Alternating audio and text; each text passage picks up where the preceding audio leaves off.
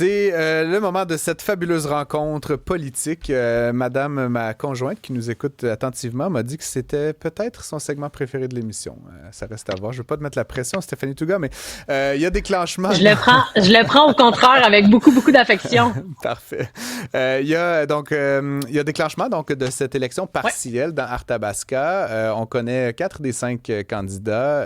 Peux-tu nous faire une petite recension là, de ce qu'il y en est et peut-être, Stéphanie, même ta prédiction sur quel sera le résultat de cette partielle du 11 août? Ouh!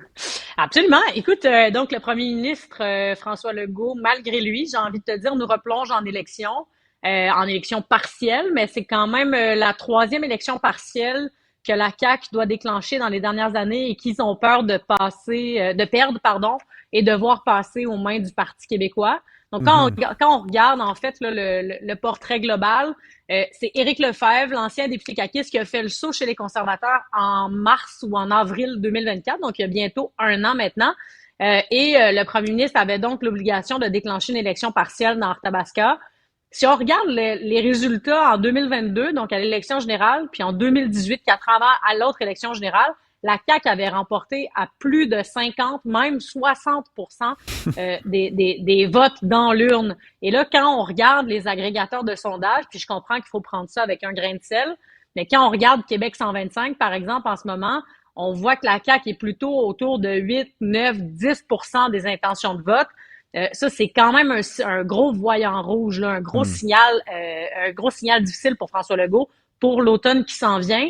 Devant le candidat caquiste Kevin Brasseur, donc il y a 2 géants adversaires, j'ai envie de dire. D'un côté, les péquistes avec Alex Boissonnault, l'ancien journaliste de Radio-Canada, et de l'autre, Éric Duhaime, qui espère enfin faire son entrée à l'Assemblée nationale. Donc, mettra évidemment jouera le tout pour se faire élire et enfin aller, j'ai envie de dire, déranger les caquistes sur leur flanc droit, parce qu'en ce moment, les caquistes se font surtout déranger sur le flanc nationaliste, sur le flanc à gauche, mais très peu à droite sur le plan économique.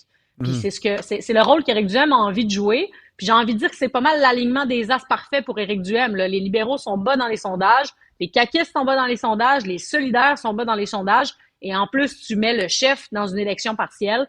S'il gagne pas là, j'ai envie de dire qu'il va se mordre les doigts un petit peu, M. Duhaime. Oui, effectivement, ça va être plus difficile pour lui du point de vue de la légitimité, là, à un moment donné, de se présenter dans 2, 3, 4 comtés avant d'être finalement élu. Il s'était présenté dans Chauveau, de mémoire, la dernière fois, le plus au nord de Québec. Pour ceux et celles qui nous écoutent, qui ne savent peut-être pas, là, Arthabasca, c'est Victoriaville, un peu dans ce coin-là. Exact, centre du Québec. Là. Centre du Québec, au sud de Trois-Rivières, de l'autre côté du l'autre côté de la rive. Est-ce que ces gens-là sont soucieux d'un troisième lien, tu penses, Stéphanie? J'ai envie de dire que pour vrai, le troisième lien, là, ça clive pas mal tous les Québécois juste à cause du montant. Parce que les gens, ils s'en foutent un peu à savoir est-ce qu'on rajoute une autoroute ou pas. Parce que franchement, le troisième lien, c'est devenu très, très gros là, dans l'imaginaire collectif. Mais n'empêche que là, les documents qui ont fuité ce matin, que Geneviève Guilbeault a en main, on parle quand même d'un écart autour de 8 à 10 milliards de dollars. Quand on voit qu'on demande des compressions immenses au milieu de l'éducation, quand on voit que le Québec s'est fait décoter et qu'on a un budget déficitaire d'à peu près 11 milliards l'année dernière, 10 à 11 milliards l'année dernière, est-ce qu'on a vraiment besoin d'une autoroute à 8-10 milliards? La question demeure entière. La vraie réponse, là, c'est que si on avait voulu le faire il y a 5, 10, 15, 20 ans, à chaque année qu'on attend, on paye de plus en plus cher parce que le coût des matériaux, parce que l'inflation, parce que le coût de la vie. Puis à un moment donné, faisons-le ou faisons-le pas, mais arrêtons d'en parler. Là. Pour moi, ça devient comme la question nationale. Là. Tu sais, c'est comme t'es-tu pour, t'es-tu contre, puis on est bien braqué, tu sais, mais on parle toujours bien. La question de l'urne, ouais, c'est ça. Fred Bastien semble avoir un avis arrêté sur le troisième lien. Ah, mon Dieu, très arrêté, absolument. Non, sans blague. J'avais une question pour Stéphanie. Là, récemment, sur nos ondes, M. Duhaime nous disait qu'il faisait beaucoup d'assemblées de cuisine. Il était très sur le terrain. Il allait à coups de bière et de chips avec chaque électeur, question de les gagner un à un. Est-ce que c'est une bonne stratégie là, d'aller en micro-moment sur le terrain comme ça? Je te dirais qu'en élection générale, c'est peut-être moins payant. En élection partielle, c'est extrêmement payant. En élection générale, là, dans mon domaine, ce qu'on dit, c'est qu'une vedette, là, puis Éric Duhaime, je le mets dans cette catégorie-là, va chercher un 5 points supplémentaires que le score du Parti national. Mais dans le cas d'une élection partielle, on est plus, comment dire, on est plus dans chaque vote compte. Il y a plus l'aspect micro, l'aspect local. On se concentre sur des enjeux extrêmement régionaux. Fait que les enjeux plus macro, le troisième lien, par exemple, la santé, l'éducation, oui, restent là, mais sont quand même un peu de second ordre parce que dans les médias, quand on parle de l'élection, on parle des enjeux qui touchent vraiment ce comté-là, cette circonscription-là. Fait que oui, c'est une très, très, très bonne manière de faire sortir le vote. Surtout que les caquistes, je pense qu'ils ne mettront pas le grappin. Là. Chaque formation politique a un petit budget. Là. Ils ont des coffres là, dans lesquels ils ont de l'argent pour faire la campagne électorale. Je pense que la CAQ va davantage être en mode préserver ses ressources financières, quitte à se casser les dents le 11 août prochain, parce que ce sera le jour de vote, le 11 août prochain. En plein milieu de l'été, un mois avant la rentrée parlementaire, c'est pas la fin du monde si la CAQ le perd, parce que eux ils font le pari, ben en plein milieu de l'été, les gens vont l'oublier de toute façon.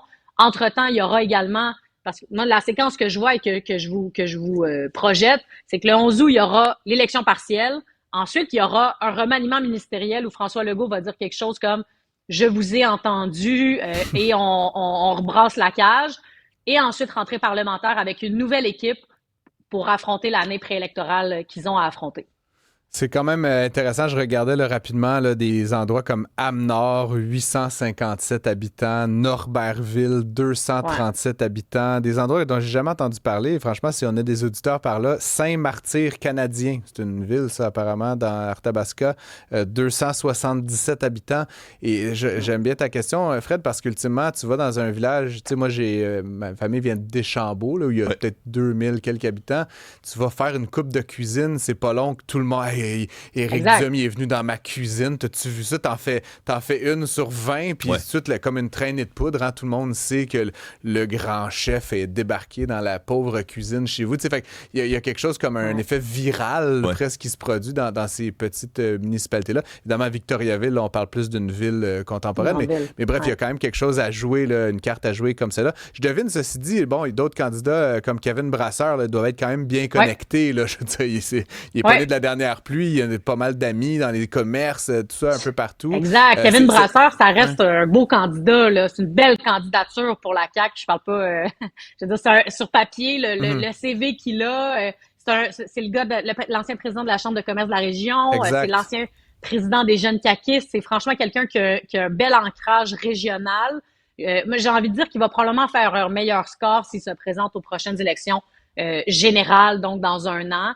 L'élection partielle, en ce moment, c'est peut-être le moment pour lui de se faire les dents, hein, d'apprendre c'est quoi une campagne électorale, d'être candidat, de mettre ta face sur un poteau, de mesurer aussi ce que ça implique d'être candidat. Hier, toi et moi, Francis et Fred, évidemment, les trois, on a parlé du climat entourant les gens qui se présentent en politique. Élus, exact, il y a comme un apprentissage à la dure, mais c'est sûr que pour un Kevin Brasseur qui en est à ses premières campagnes électorales face à un Éric Duhem qui a 30 ans d'expérience de plus, c'est pas évident. Puis Éric Duhem, ça reste une personnalité publique nationale.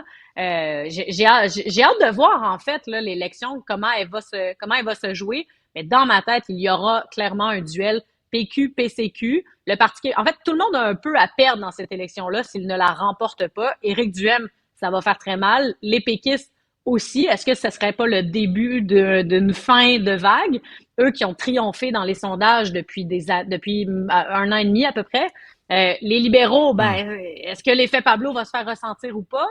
QS, êtes-vous encore dans le chaos depuis le départ de Gabriel Nadeau-Dubois? On dirait que ce parti-là est un peu à la dérive. Puis finalement, les caquistes, est-ce qu'on perd encore des plumes? Quel genre d'automne on va avoir? On a des enjeux dans plein de champs de compétences et dans plein de ministères. L'éducation, la santé, pour ne nommer que le transport, pour ne nommer que ceux-là.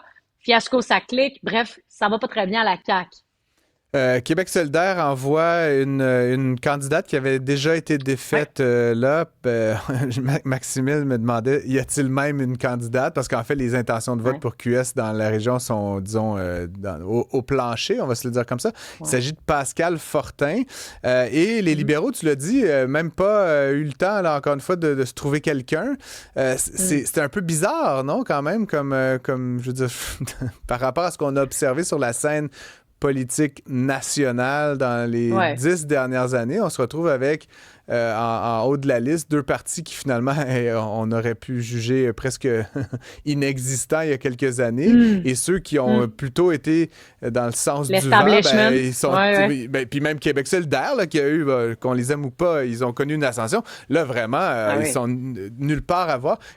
Qu'est-ce que tu fais de ces, disons, tiers partis qui n'en sont pas, Stéphanie? Tu sais, les libéraux, je pense qu'ils se relèvent d'une course qui a été interminable, très peu intéressante aussi, c'est-à-dire que elle a été très longue. Je pense que les militants se sont pas rués aux portes pour aller, la population ne s'est pas ruée aux portes du Parti libéral pour aller signer des cartes de membres et devenir membre.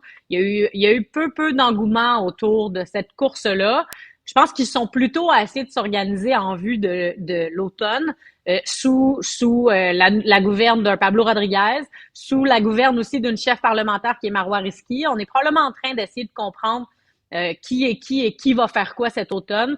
Évidemment que quand on regarde les intentions de vote dans Arthabasca, un comté francophone à l'extérieur de Montréal, définitivement pas l'électorat cible. Rural, exactement. Malgré une grande ville comme Victoriaville, ça reste le Québec plus rural. Donc, définitivement pas l'électorat traditionnel cible auquel les libéraux nous ont habitués dans la dernière décennie. Juste sortir de Montréal pour les libéraux, ce serait un gain. Puis par là, j'entends faire plus de sièges à Laval. J'entends vraiment pas faire plus de sièges auprès de la majorité traditionnelle historique francophone. Là. On est vraiment là. Les libéraux, là, il va falloir qu'ils sortent de Montréal, qu'ils sortent de l'Outaouais, puis qu'ils essaient d'aller chercher des sièges dans le Grand Montréal. Ce sera ça leur défi. Je pense qu'ils ont fait le choix conscient de ne pas perdre trop de temps sur l'élection partielle dans Arthabasca pour lesquelles ils n'ont virtuellement aucune chance. Parlons peut-être en conclusion là, de deux sujets qui sont peut-être deux facettes d'une même médaille. Les finances publiques à Québec. On a vu aujourd'hui la promotion quand même de plus d'une centaine d'individus chez Santé Québec. Donc évidemment avec des coûts additionnels, avec plus de bureaucratie pourrait-on dire. Pendant ce temps-là, Mark Carney à l'autre extrême presque du spectre, on ne s'attendait pas vraiment à ça. Puis j'ai l'impression que, notamment, on a défait les conservateurs au fédéral parce qu'on avait peur qu'ils coupent. Et là, que fait Mark Carney à la première occasion? Il sort la tronçonneuse. Comment compares-tu peut-être, là, je sais que c'est un exercice peut-être un peu difficile, mais ces deux réalités que sont celles du Québec et du Canada, Stéphanie? Écoute, rapidement, du côté de la CAQ, je pense que l'enjeu pour François Legault, ce sera de faire la démonstration dans la prochaine année qu'il est un bon gestionnaire. Il s'est fait élire en disant on va avoir moins de fonctionnaires, l'État va mieux rouler, va aller plus vite, va avoir moins de monde à sa charge, ça va coûter moins cher, faites-nous confiance. Depuis que la CAQ est au pouvoir, c'est pas mal l'inverse qui s'est passé. Hein? Le Québec a été décoté, on a augmenté de manière considérable le nombre de fonctionnaires. Et là, ce qu'on observe chez Santé Québec, c'est même que des gens ont des promotions à titre de cadre, mérité ou pas, là, moi, je me prononce pas là-dessus, je les connais pas, ces 106 personnes-là. Mais n'empêche que le signal que ça envoie, c'est pas celui d'une saine gestion et d'une gestion optimale et efficace des finances publiques. Puis je pense que ça va faire très, très mal à François Legault, parce que sur quoi il va faire campagne dans un an? Moi, je me la pose, cette question-là, parce que les gens, souvent, on essaie de se définir en disant, mon projet, ce sera celui-là. Dans le cas de la CAQ, ça a été celui du bon gouvernement, hein, la bonne gestion des finances publiques. François Legault, c'est un gars du privé, c'est un entrepreneur. Donc, il y a un peu ce casting-là. Ce n'est plus une carte qu'il peut jouer, je pense. Il peut plus abattre cette carte-là sur la table. Et puis, il y en a peut-être d'autres. Exactement. Oui, effectivement. Puis, juste en passant, Stéphanie, Santé Québec, là, bon, on jase, là, mais demain, là, Paul Saint-Pierre Plamondon ou Pablo, en tout cas, n'importe qui sauf la CAQ est élu premier ministre. Santé Québec, ça fait quoi, d'ailleurs, Santé Québec? Je pense que ça survit, là, parce que rendu là, on va pas commencer à sabrer dans des organes, dans des organismes qu'on met sur pied et qu'ensuite on abolit. Moi, je pense que ça, c'est de la mauvaise gestion. Là, on a décidé de rapatrier les fonctionnaires du ministère de la Santé sous cet organisme-là, sous la direction de Geneviève Biron, en disant, on va ramener, les mots du ministre, pas les miens, une Top Gun pour venir gérer cet organisme-là. Là, pour l'instant, on va donner une chance. Moi, je suis toujours d'avis de laisser une chance aux coureurs. Mais c'est sûr qu'en ce moment, elle part avec un peu du plomb dans l'aile. Là. En santé, il y a toujours autant de personnes qui attendent Puis pour un médecin on de ne voit famille. pas très bien ce que ça fait. Sinon, Non, c'est ça, ajouter exactement. des cadres, des gros salaires dans les centaines de milliers, Fred. Ben moi, mon espoir, Exact. je suis un peu naïf, mais mon espoir, c'était que ça allait peut-être un peu dépolitiser le ministère de la Santé du Québec en sortant un peu du côté potentiellement partisan. T'sais, au lieu d'être dans des cycles de 4 ans constamment, t'as de quoi d'un peu plus périn. Effectivement, est-ce que ça donne vraiment ça sur le terrain? C'est une bonne question, mais c'est ce que j'espérais, là, quand un organe qui est moins dépendant des courants et des vagues. Là. C'est noble ce que tu dis, Fred, mais moi, dans l'absolu, j'ai envie de te dire que les gouvernements, souvent, ont créé des organes comme ceux-là pour essayer de prendre un bras de distance. Hein? Ouais. Geneviève Guilbeault, elle a créé son organe de transport en disant, là, eux, ils vont prendre de la chaleur, ils vont faire des projets, puis au pire, ça m'éclaboussera pas trop. Mais bon, la réalité, c'est que quand on regarde maintenant ce qu'on appelle le fiasco SACLIC, ça a beau être la SAQ, reste que le gouvernement est éclaboussé. Mais je pense qu'il y a une volonté aussi dans la création de Santé Québec de dire, le ministre de la Santé, il peut pas être responsable du fait que, il peut pas à tous les jours réagir au fait qu'il y a des délais supplémentaires à l'urgence. Donc, on va essayer de donner ça à quelqu'un qui va le gérer, puis qui va mieux gérer le réseau, on espère, que ce que le gouvernement peut faire. Mais bon, c'est ça. Pour l'instant, disons que les résultats sont pas trop au rendez-vous, là. Quand même intéressant. On parle trop peu de la noblesse de Fred Bastien, je trouve. Ça devrait être une chronique en soi. Mais bon, c'est tout le temps qu'on avait. Demain, on parle de Mark Carney, promis juré. Et entre-temps, Stéphanie, je te souhaite une très belle journée. Si vous avez des réactions, si vous voulez jaser d'Arthabasca, si vous voulez parler des dépenses publiques, n'hésitez pas à 1-877-827-2346. On prend vos commentaires. On est toujours ravis de vous lire. On se retrouve tout de suite.